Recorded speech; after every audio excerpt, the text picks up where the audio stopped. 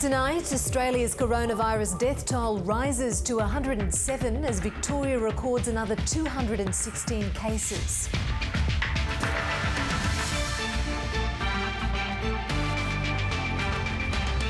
Also ahead, an antiviral drug approved for use in Australia to treat severe cases of COVID-19.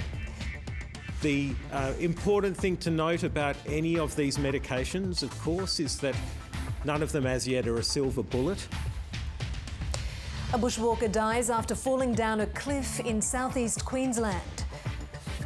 And international condemnation as Turkey turns an iconic Istanbul museum back into a mosque.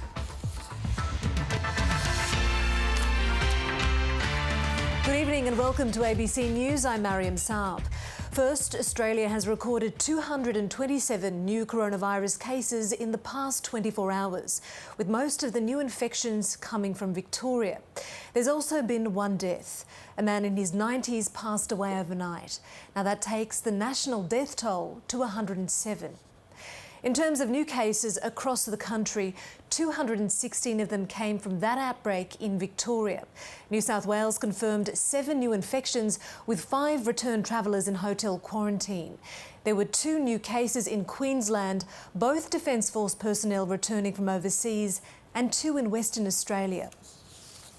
Our reporter Danny Tran has more on the outbreak in Victoria.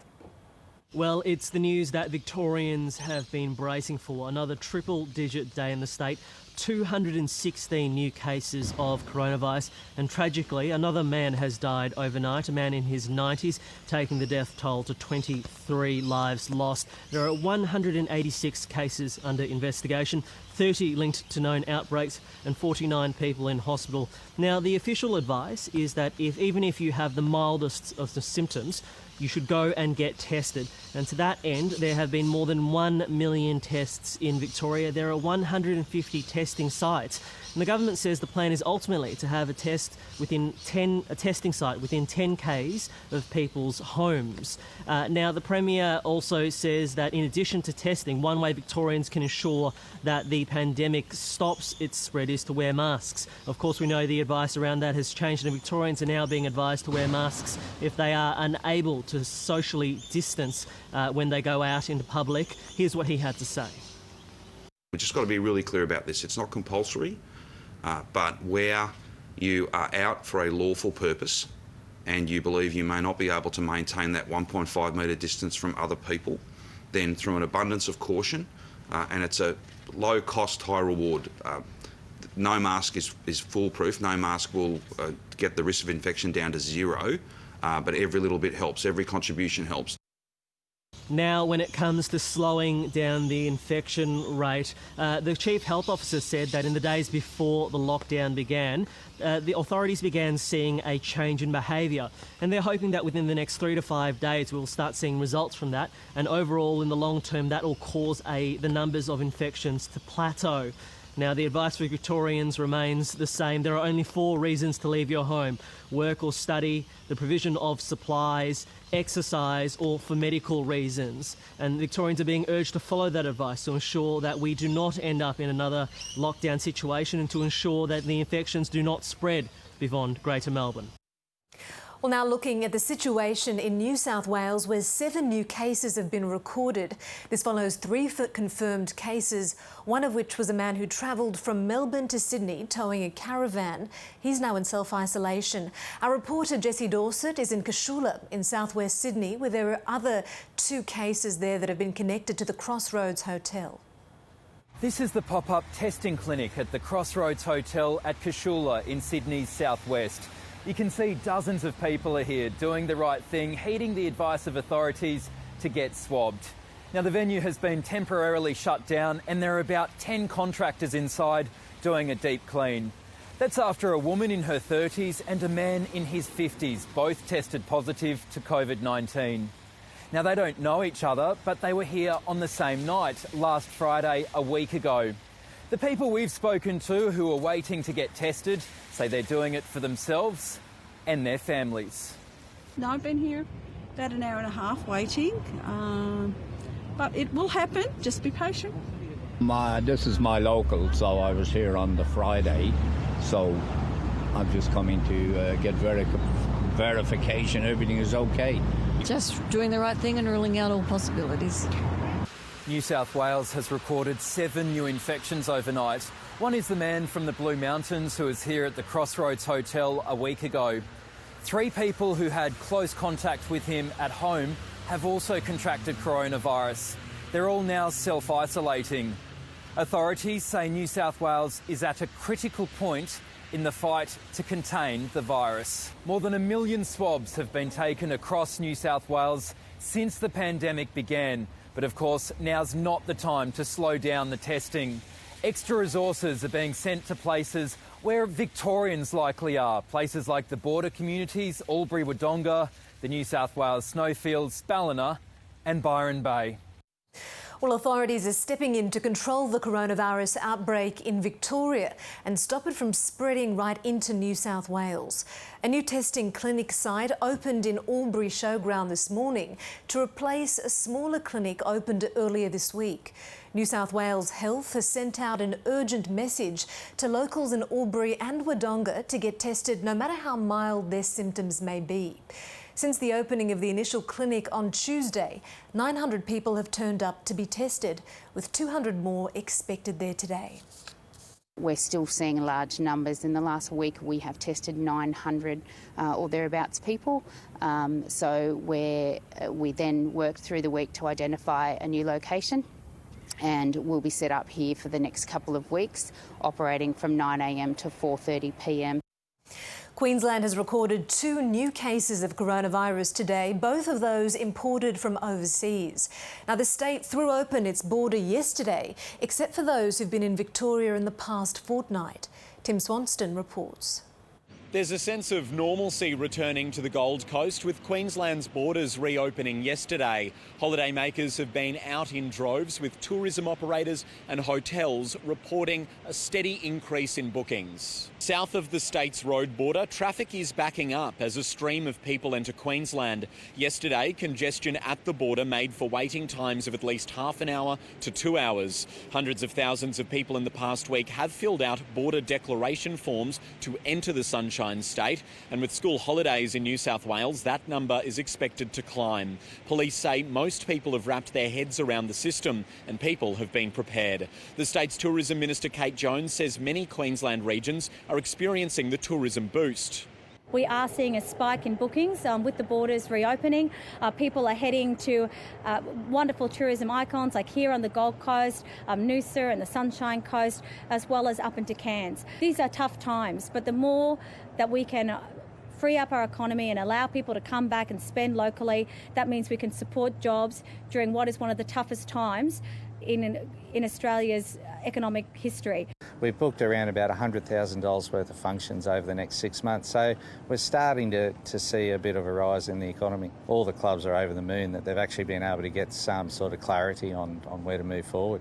Locally, Queensland has recorded 2 new cases of coronavirus, bringing the state's total to 1,070, but only 3 are active. Both are ADF personnel who have returned from overseas.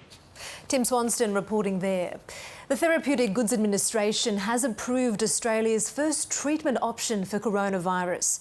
Remdesivir is already approved in the European Union, Japan and Singapore.